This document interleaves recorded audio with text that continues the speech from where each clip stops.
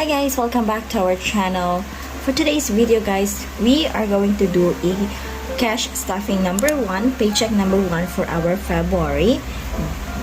Ang bilis ng panahon. Super lamig akong magsalita ngayon is because kakagising ko lang. I just woke up. I don't know where to start but to actually count the money for our income. Super bilis ng panahon, no? February na tayo ngayon and then March na after 28 days. Super busy, kaya super busy din tayo sa kayod. So now, let's do our first cash stuffing. Let's count our income for today.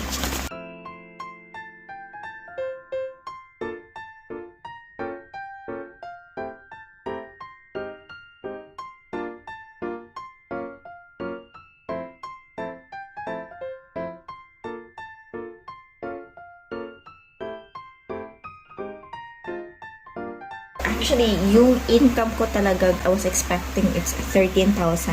But, hindi ko alam. I don't know. Hindi ko pa kasi na-receive yung pay slip ko. So, I'm not really exactly sure kung magkano yung sa pay ko at saka magkano din yung sa aking quarterly bonus from my full-time job. So, I'll just do the actual na lang siguro, no? So, let's say, put this 24 muna for the income.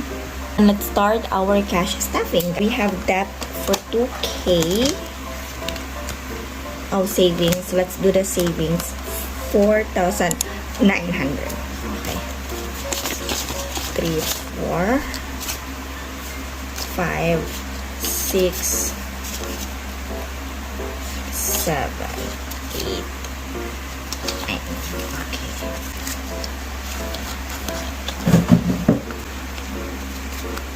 Yan.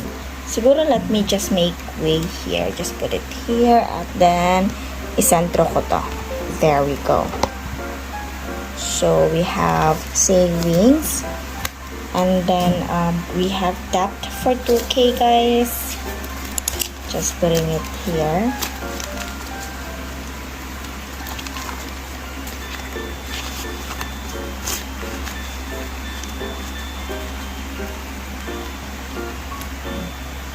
Grocery, it's 1.5. So, hopefully, kasha yung 1.5 for the grocery, no? Because every time talagang nag-grocery kami, nag-i-exceed talaga kami nag-i-exceed kami ng 1.5. Last month,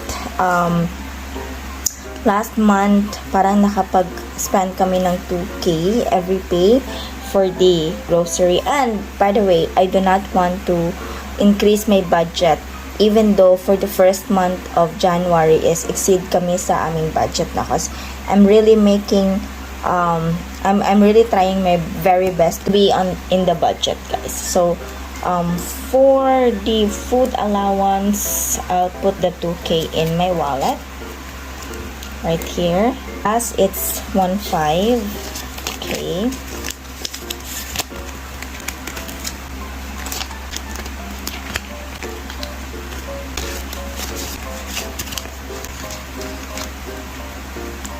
It's 1K. Parking and then transportation, guys. It's 1K.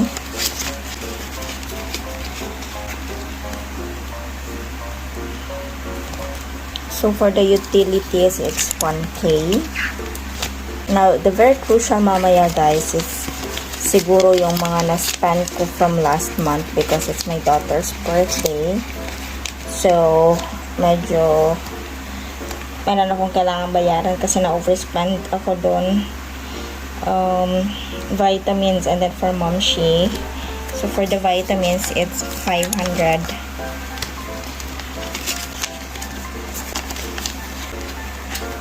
And then for Momshi, it's 1K. Si Momshi po yung mom ng aking partner and we gave her 2K every month for her meds. So yan. So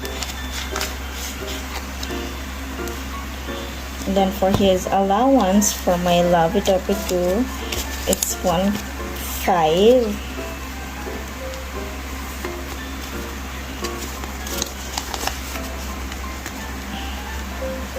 Miscellaneous, it's 1K. Okay, there. Now, I have like 500. So, other than this one, guys, meron akong, let me just set that aside. I'm okay with the savings of 4.9. Now, when it comes to the debt, guys, siguro for the birthday, yes, 900. For the birthday, 900. Okay. 1, 2, 3, 4, 5. 4 lang pala. Okay. 4. 1, 2, 3, 4. So, this is for the month of So, you see, this is where it's very crucial when you are not doing the budgeting because you really don't know where your money is going.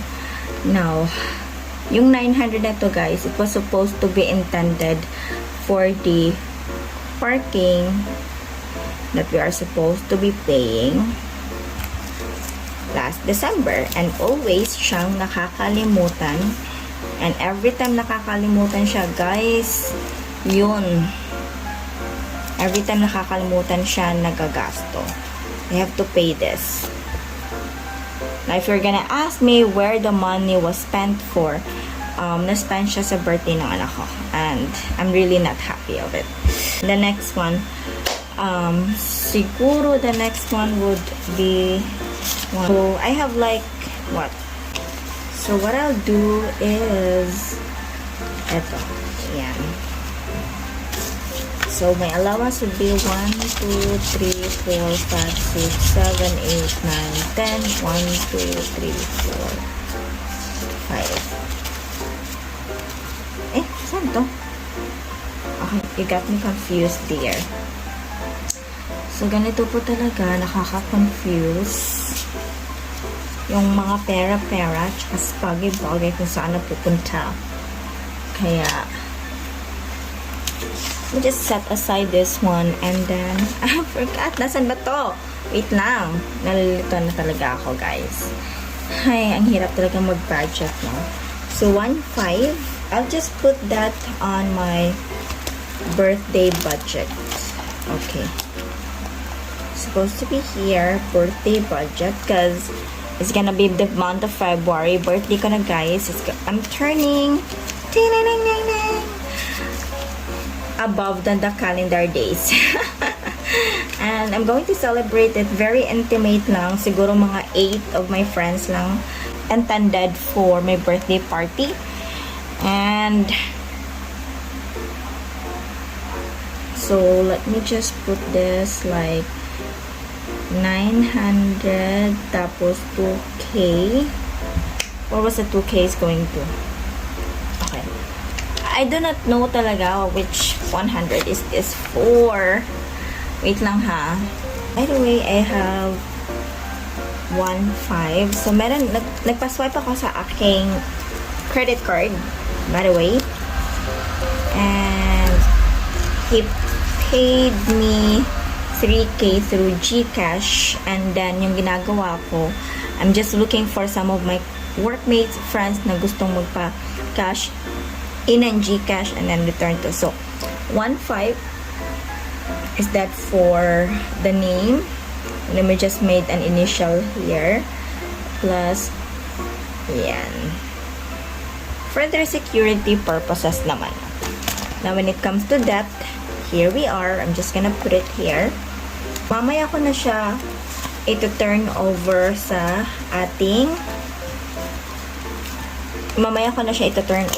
ating BDO credit card na envelope. Now, in terms of the Union Bank, so here 1, 2, 3, 4, 5, 6, 7, 8. 8. 1, 2, 3, 4, 50. 8, 4, 50. So, plus. Okay. So, now guys, another debt na nabayaran ko. Babayaran ko, guys. Dami kong utang ah. Okay. Very, tayo for today's video, ha? Nakakalito. Promise. So, I'm just gonna get the 2K na nilagay ko dito. Let me just find... Wait lang, ha? Abang dalawang 500 dyan, guys. Just check here sa savings. Wala. Dalawang 500, please. Naghahanap po ako ng dalawang 500. Ah, okay. Wait. Parang kasya to. 1, 2, 3, 4. Nge. Ayan na. Lagay ko yun dyan. 1, 2, 3, 4, 5. There we go. Lagay ko siya. And it's supposed to be 9,950. So, let me just put down.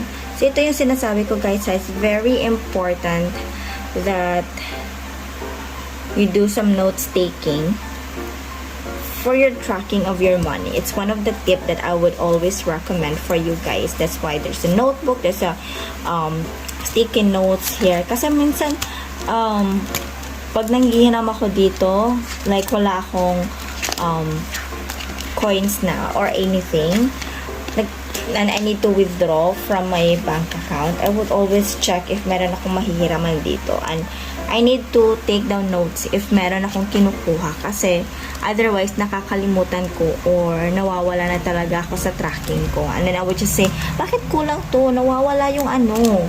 O, diba? So, sa, ito? That. 500.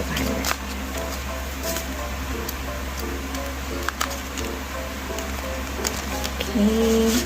Ito naman, guys. So, yun na nga. Mayroong umutang dyan. 1, 2, 3, 4. So, 4, 5 na ito, ha? For the debt.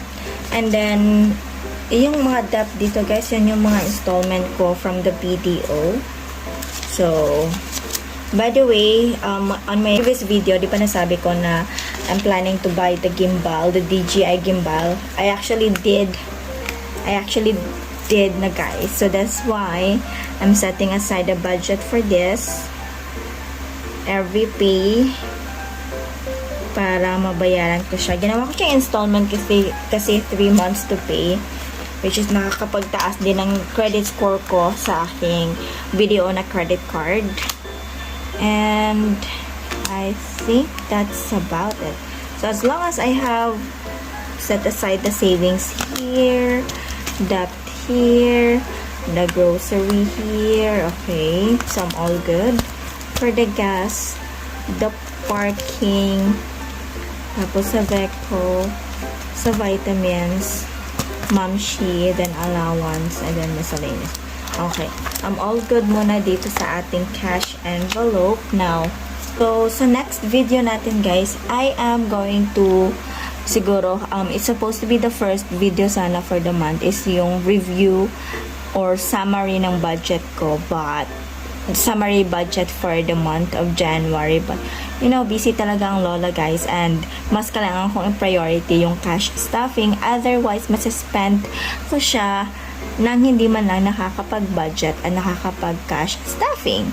So that's why I am here doing this. So next video, budget review ng January. So that's about it. Thank you so much for coming, and I'll see you in our next cash stuffing and financial video, guys. Bye!